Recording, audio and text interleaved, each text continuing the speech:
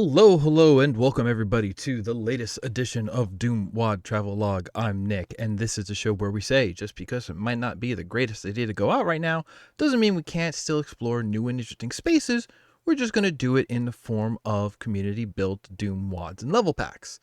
Now, I think I'm doing all right today, and that's nice for a change. And also sort of for a change. Last couple of episodes, I've been saying, I'm kind of tired. I don't want to do anything too new. I want something that's a little like comfort food. So we've done some of the RF 1024. We've done some of the Japanese community pack. I said, you know what? It's finally time. Let's go and check out something new, which is what this show is about, is, checking out new and interesting things from all different sorts. So today we are going to do that with a WAD called Remains. My understanding that this is a single level or maybe like a level and a half, made in about 2 weeks by Serious Mood, which, no kidding. And it's apparently called Remains, not necessarily as a theme of the map, or it might be, I haven't seen it yet, but primarily because this author was working on like a megawad with some other mappers, and that project sort of fell through, but not before a sort of compilation of textures was created. And this map was made to put the remains of that project to use. And that's how we get the name of it. But needless to say, one map, nice and clean, which is good because I actually have a hard out on time today. And also, if you're here right now, it's probably for the same reason I am, which is that Halo hasn't downloaded yet. Happy Halo Infinite release day. That loading ready run skit about the history of Halo feels a little more true every year, as much as it doesn't. But yeah, so let's jump in and check this out. And I am excited to see something new today, and it is good to feel excited.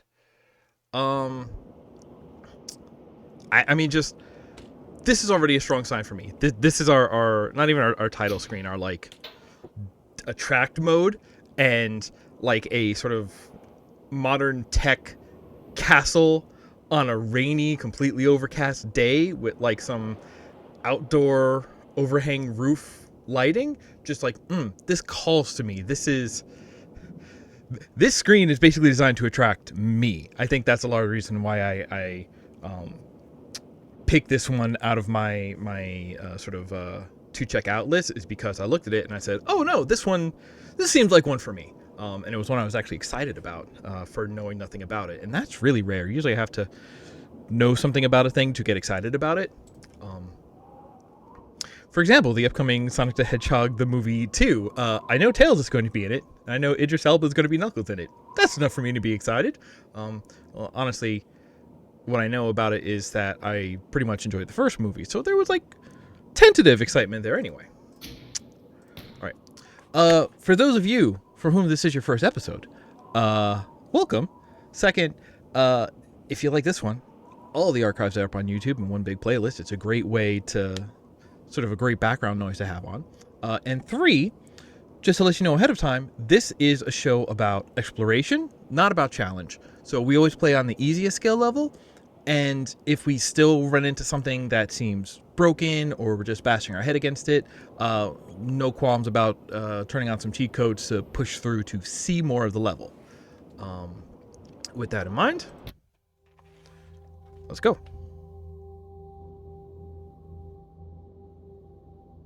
Whoa, black gloves. Oh, there's some boys down there. Something seems wrong with those boys.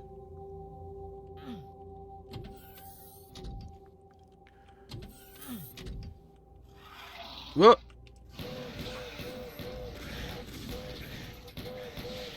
Oh, those boys are...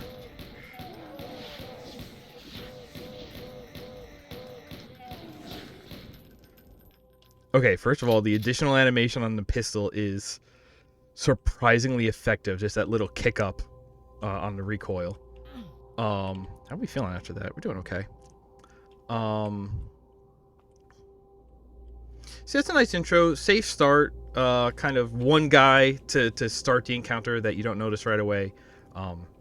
The enemies start the encounter once you walk in. Oh, is there and you can't get back up there, so there's a way that you can't escape into that for cover. Yeah, because you have to step off of it for the encounter to start. Okay.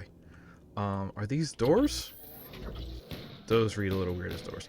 So something I keep... Yo, it's dropping shells too? Wow, cute. Nice details. The enemies, whoa, having being reskinned with the helmet from the player model, that I would call unnerving. Oh, I've made a mistake.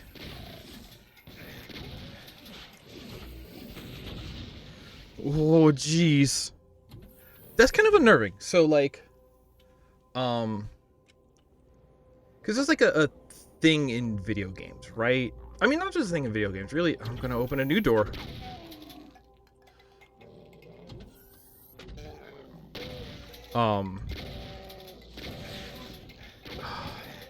What do y'all know about tribalism? The sort of understanding I have about it is that it is instinctual, because people do it, and we've also seen it in like dolphins and other, I'm gonna say mammals, but to be honest, I forget if dolphins count as mammals. They do, right? Because that's why they need to breathe. Wow, there is noise of stuff going on, and now I'm surrounded. This is not a good spot to be in. I don't want to step out there. I know there's danger out there. Oh, look, there's the guy. Ah, he saw me too. Cool, great, love it. But so, I guess, to my understanding, so, you know, please remember, I'm a doofus, and my understanding is probably flawed. But tribalism is essentially a, like, a generalized version of, like, racism, or it's, what sort of at the core racism, like, comes out of, because the concept is, like, a species that shows traits of tribalism will always prefer other creatures that they identify with, or that they recognize their own traits within.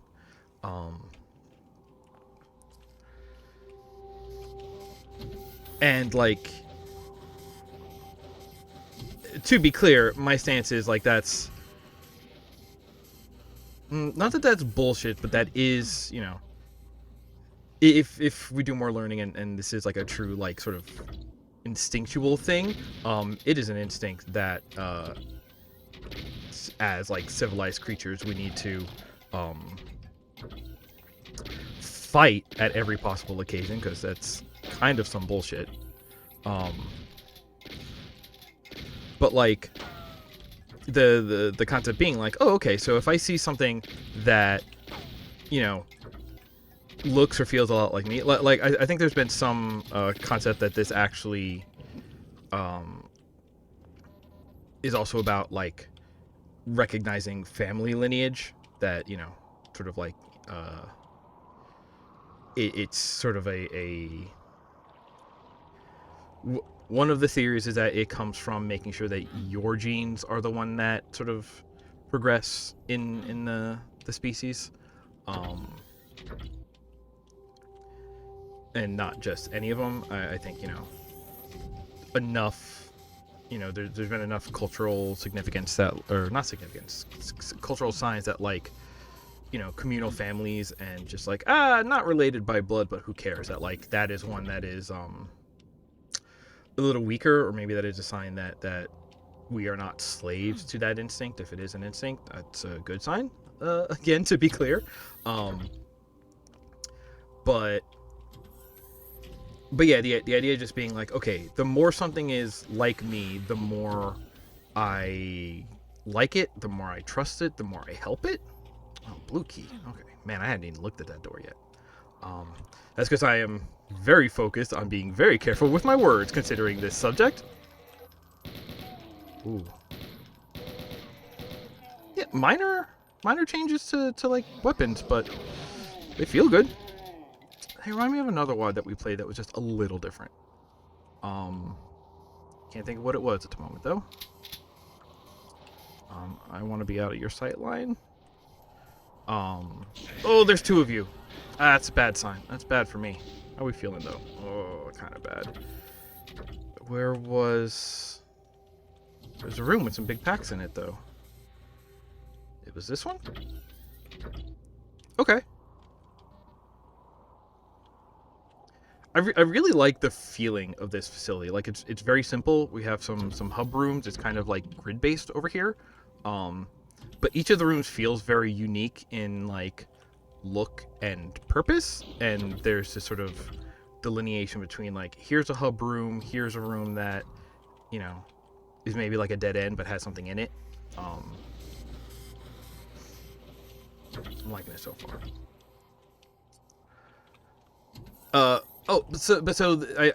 I feel at least that this is what this WAD has played in a little bit now, because by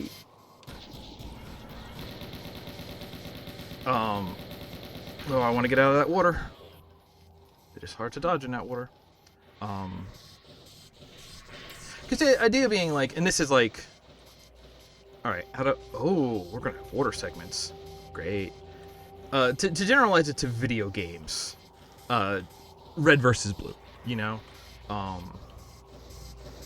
it sort of plays on that, and it just goes like, well, I don't know who you are, but you're on the blue team, so you're friendly, you know. It's that idea of like, I guess it's also kind of where othering comes from, maybe, is this idea of just like, well, there's the people who are like me, and then there's everyone else, and like,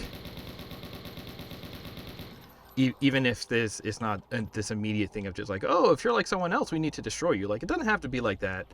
But even then, there's this concept of like, oh, okay, you're like me, so I'm going to sort of innately trust you a little more and prefer you, you know? Let's check this out first. Nope, let's go there first. Is that a... That's a good noise. All right, that's going to be a blue key. Well, that is a blue key, but this natural staircase to get over here is cute. Although it is kind of weird because you feel like there would be a fence or something along this wall if there wasn't a like man-made design intent to not get... If you would not build a staircase to get back up from down there, then you would not allow movement down there in the first place, and so you would put a fence or something. But nitpicks.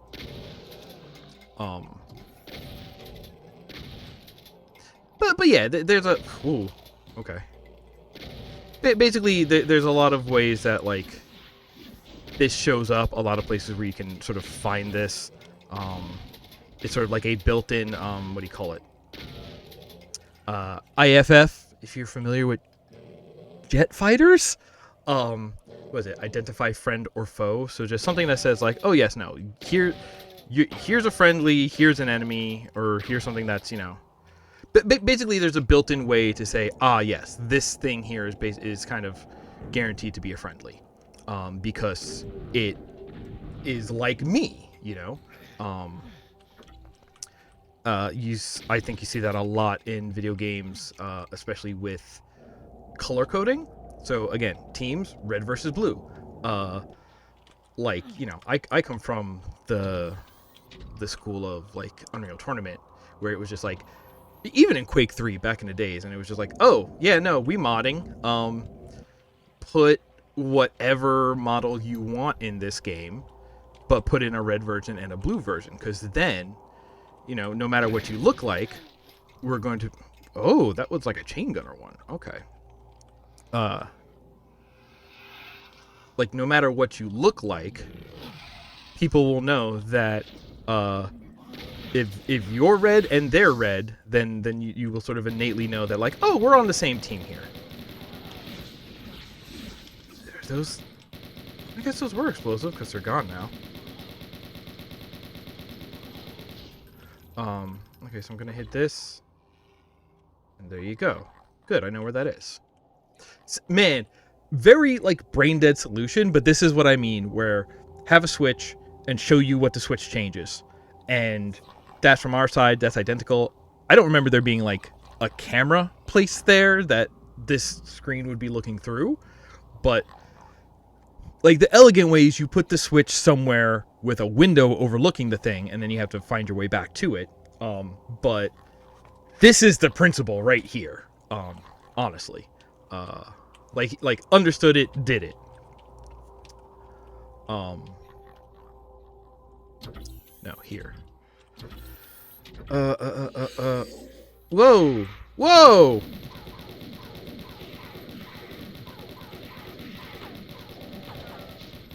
Yep. Monster closet. Using existing space. I like it. I like it.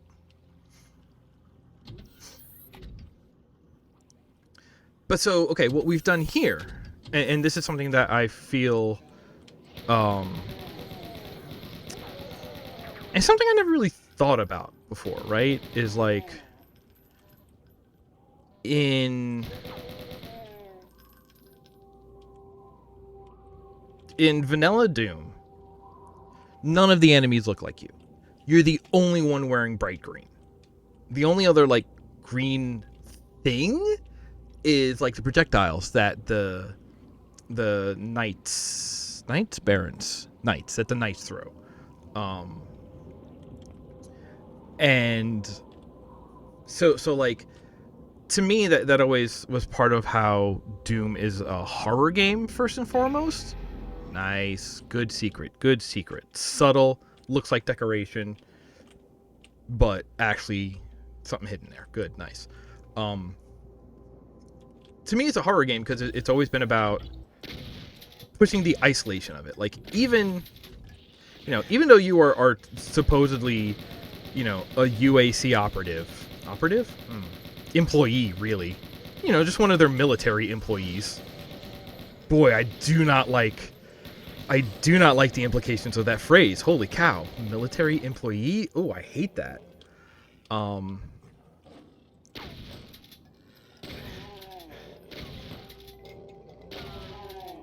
The triple? Wow. Do I have fun? Oh no, right, I just got the big health. That doesn't seem to work. Alright. Wait, then what is the... We'll be up here later. Okay, fine. Oh! Hello. No, we're stuck here. Okay. Is this a jumping allowed mod? Where would I find that information? I would find that in the README for the WAD. This one is remains.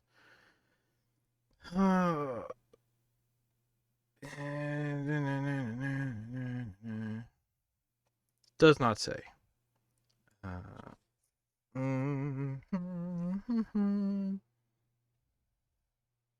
Oh, difficulty settings not implemented. Great. New from scratch, 10 days. Ooh, other by author. That's good to see. Well, I think I'm kind of just going to have to assume. Oh, I don't want to go that way. Let's go to where... Well, I was going to say let's go to where there's ground, but doesn't seem to be much of that. Here we go. Being the only one in green, being the only one with that helmet, like, and then deathmatch is weird, but I'll talk about that in a second. But these concepts of, like,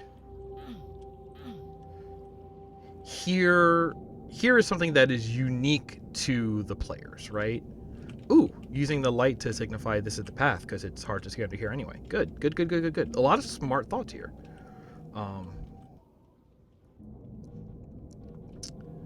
Or like smart design choices. Very, very knowing about design here. I love it.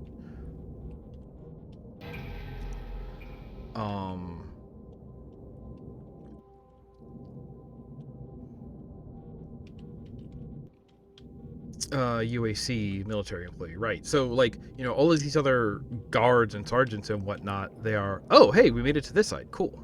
Oh, this is an out. Yeah, you would. But like none of the guards you fight look like you, even though they are like the sort of the former humans. They are supposedly like you but turned, but they don't look like you.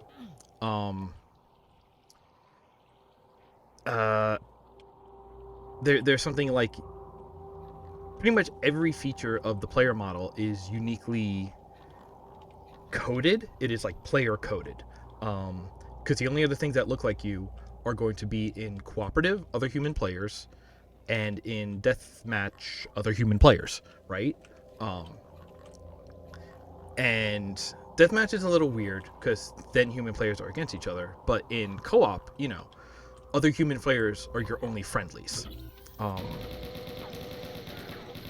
So that's ultimately what's missing with me here, is by taking these like very like human player only coded traits. In this case, very specifically the helmet. And putting it on the enemies, it's messing with that like that sort of like instinctual, oh, it's like me, it's a friendly, oh no, it immediately attacks me. Like in original Doom, or in vanilla Doom, you feel very isolated because there is nothing like you. But in this case, I am feeling particularly unsafe because there are things like me that are not friendly. It's kind of like The Thing, you know? It's like body sealers or something. It's like, hey, this thing that you normally would assume is friendly, it's not. It's dangerous now. So all of your built-in signals of like how to figure out a friendly thing, we're just saying, no, those don't work. Things that you think are friendly are not going to be friendly, and that creates such a sense of like, it creates a sense of distrust, of unease, of whatever. And like a minor sprite re-edit having that much of an effect is, I'm kind of blown away by it, by how much of an effect that change to the sprites is having. I think that's super cool, that it makes me feel way more uneasy.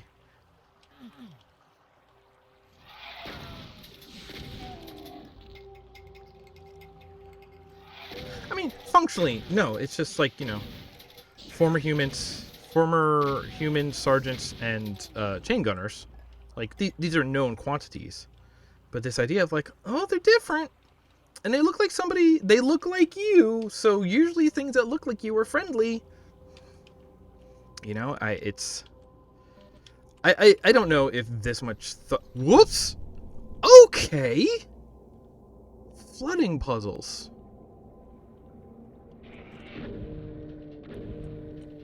Which does sound like a weird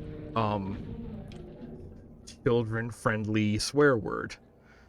Just stub your toe. Ah, flooding puzzles. I am losing health by being underwater now, aren't I? Oh, wow. Oh, wow. And that's how we navigate up there. That is neat. That's a neat... I don't even know if I want to call that a mechanic, but that is a neat... That's really neat. That is modifying the level geometry and the context of the levels and the way you interact with the levels in order to change the way you Manipulate? Traverse. That's the word I've been looking for. Major change to how you traverse the level. Oh, okay. The key for this thing we couldn't even get to before. Oh, but we saw this because that's that level. Okay.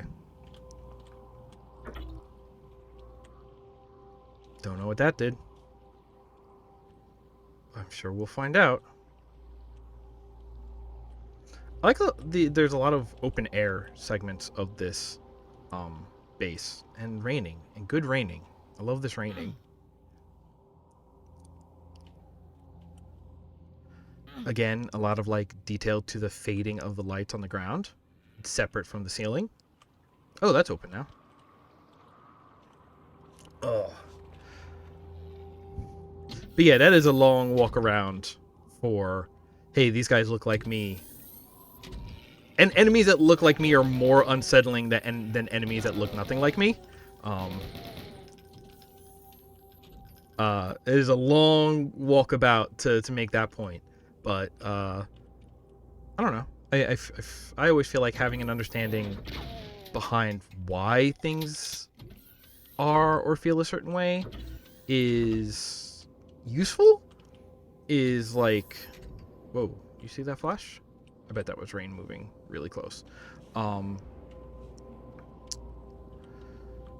don't know. I think it's useful. I think it's interesting to know why. I'm a big fan of. God, when I was a kid, I loved seeing the Magic's Biggest Secrets Revealed specials.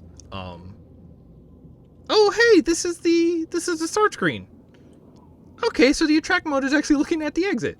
Oh, cute. I love it. I found it. I reckon I found the Minecraft start screen. They did find that. That's incredible to me.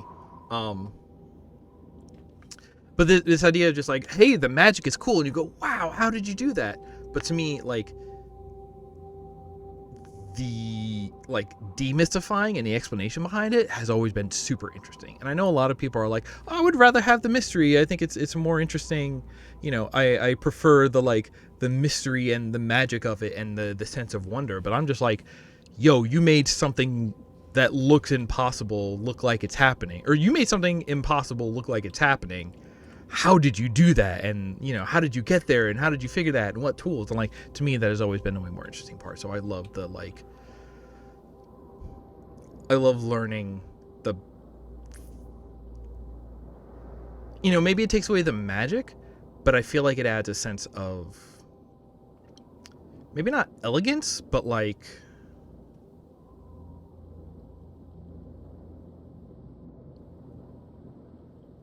it's impressive. It's a level of admiration.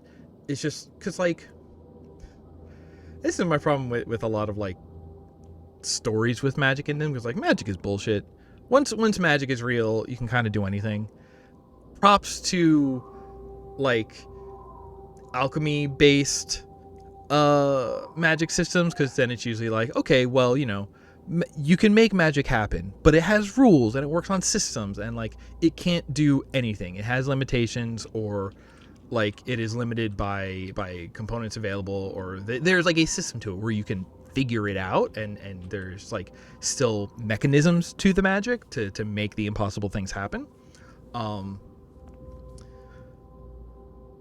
But I don't know. I'm always, but that's the thing. Like in general, like, oh, magic is real. All right, any bullshit could happen, and that's not impressive to me. Whereas the idea is like, no, magic's not real, but check out this impossible thing happening, and you're just like, whoa, how did you make that happen? And the answer to that is the part that amazes me. And yeah, maybe it admires the thing. I'm just like, wow, I am so like in awe. Like literally, it's awesome. I am in awe that, you know, you made this impossible thing happen through these mechanisms, through this, you know, trickery or whatever. And it's like, that's super. Finding out the backstory of the magic really worked for me.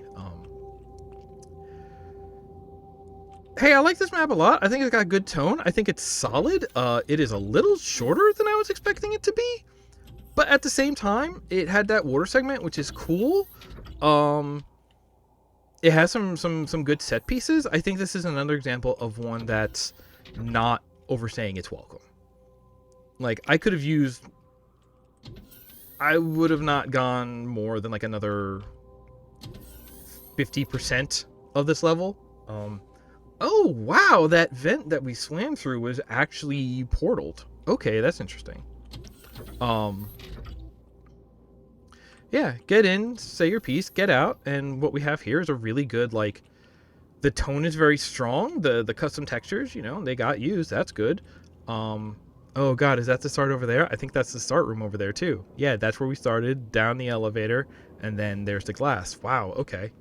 I didn't quite notice it out here because, well, partly because that glass texture puts that middle frame that sort of took my attention. And there was a lot going on in that room. And it's a small window with not the best sight line to out here, maybe? Or maybe it's that that sort of exit bridge isn't maybe as... Yeah, this just feels like a piece of a level. Like this it is looking at a liminal space, not at a set piece. Although it kind of is, because it said this is a set piece that's, you know, the opening screen. I love it. I do love it. I just feel like it's not necessarily that strong. It's not a oh, what do you call it when it's like a breadcrumb is something you leave behind you, but it's like a forward breadcrumb, you know? It's like something that draws your attention and makes you go towards it. Disneyland has a stupid name for it. Yeah, this is really very solid. There's definitely hints of like, just like the author clearly knows, you know, important considerations and hasn't gone with the most like elegant solutions for them, but has put solutions to them in place. That's totally fine. The water puzzle was a really novel. We have not seen something like that before, I think, outside of like, I don't know, in Metroid when we finally got the jump boots, in terms of like how do you you know, recontextualize an area and how you traverse it, but doing so by changing the level geometry instead of by giving us a new method of interacting with that geometry. I love that. It's like, we didn't change, the level changed, and that's really cool. Like once that segment is over, we didn't have it anymore. I love it. That's the thing. I think I am just trying to drag out time now. But that's what I've always liked about Mega Man. I know I made a lot of comparisons to Mega Man in Doom levels before, but like, to me, that's always been the impressive part. Like, the only thing that changed about Mega Man is he gets new like weapons, but his verbs always remain the same. It's always jump, shoot, and like use a special weapon, call rush, maybe, right? Or even then, like, even the rush stuff is generally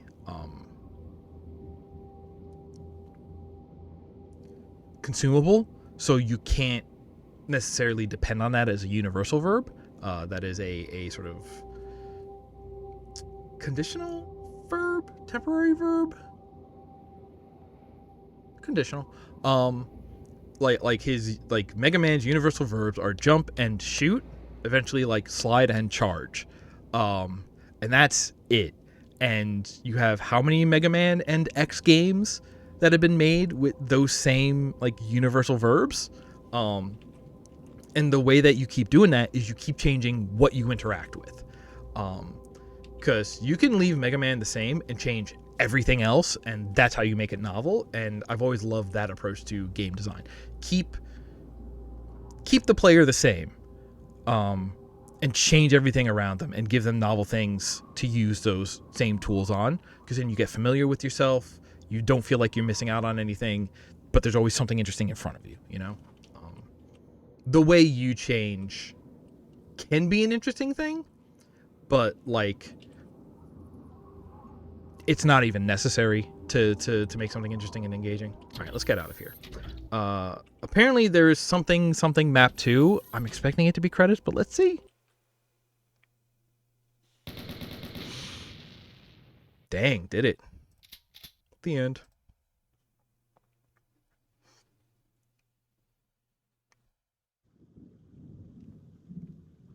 The end. Yeah, okay.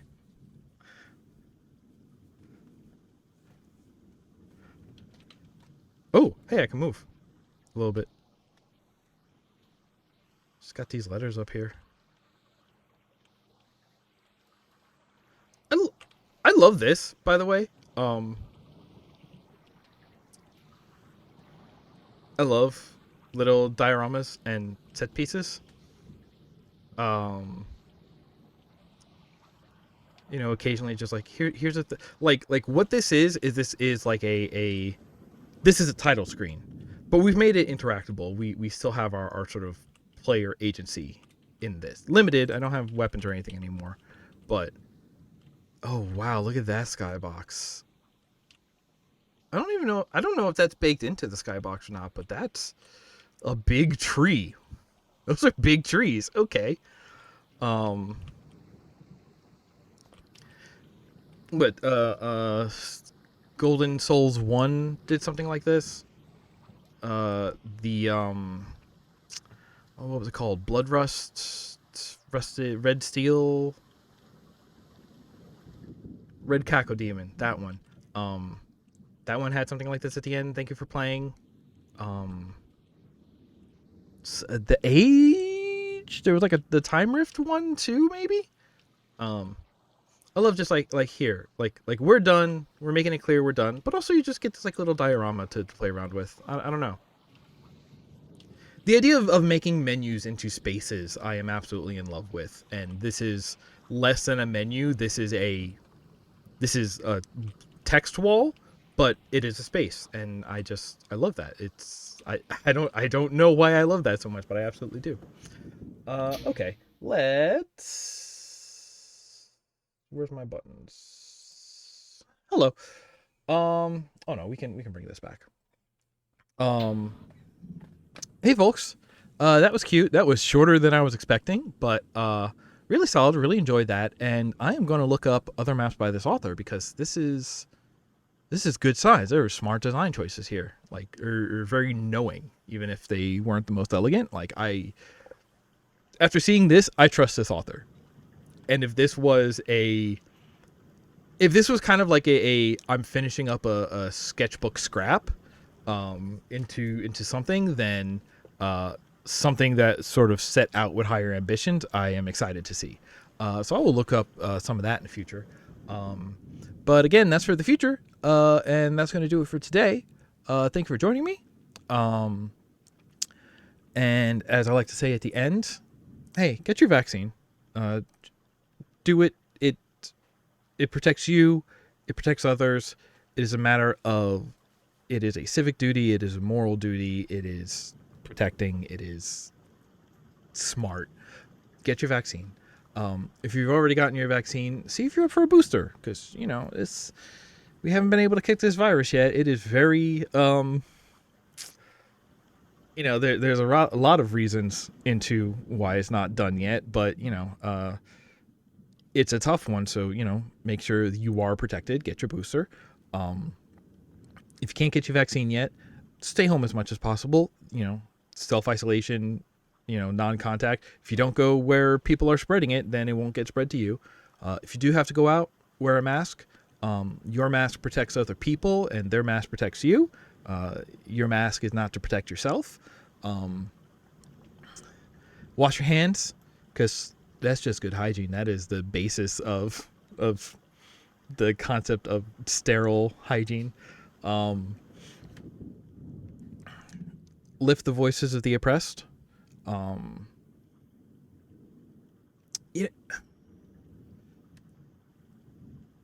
This has been a weird one, because like the idea of say who is being, or like learn to recognize who is being oppressed and who isn't. And my thought on that has been like, there are some people who are being oppressed, but their message is one of hate. So that is like the only exception. But even then, people's it's like oppressed victims. But if you're oppressed because you want to spread hate, you're being oppressed not because you're a victim, but because you want to victimize others. So that one, I think that's the sort of fuzzy line that I've been trying to work out. But the idea is be on the side of the oppressed, not the oppressors. Be on the side of the victims and the oppressed, rather. remember that neutrality doesn't exist. It always sides with the oppressors. And the rule that underscores the rest of these rules is take care of one another. I'll see you next time.